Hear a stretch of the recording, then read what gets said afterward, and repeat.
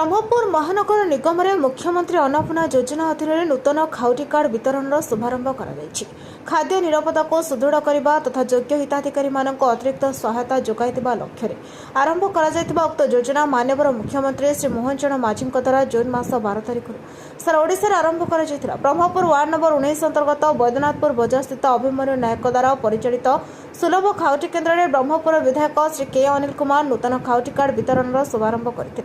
उक्त कार्यक्रम में महानगर निगम mayor Sanghamitra Dalai commissioner Sushri S Sasya Reddy IAS deputy commissioner Ashirwad Parida और ward number 19 corporator Kadambari Das प्रमुख जोगदेते।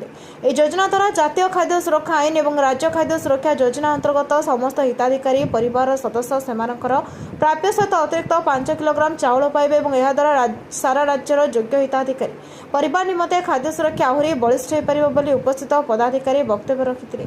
संप्रति ब्रह्मपुर महानगर निगम अधीन 77 सुलभ मूल्य दुकान माध्यम 46,980 खाउटी कार्ड धरी उपकृत होती। उक्त कार्यक्रम परिचालन अतिरिक्त जोगाण अधिकारी श्री सुबरा सामंतरा समन्वय रक्षा करते।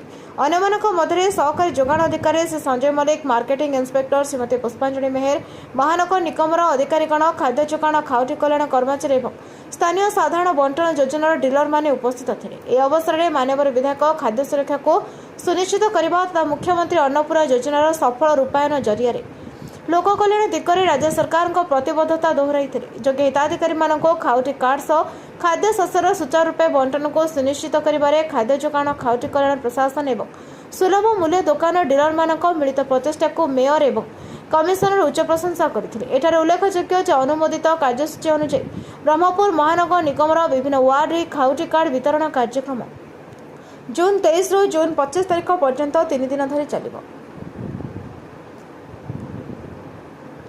South Odisha bureau chief Sharachandra नंदक रिपोर्ट नायवती टीवी।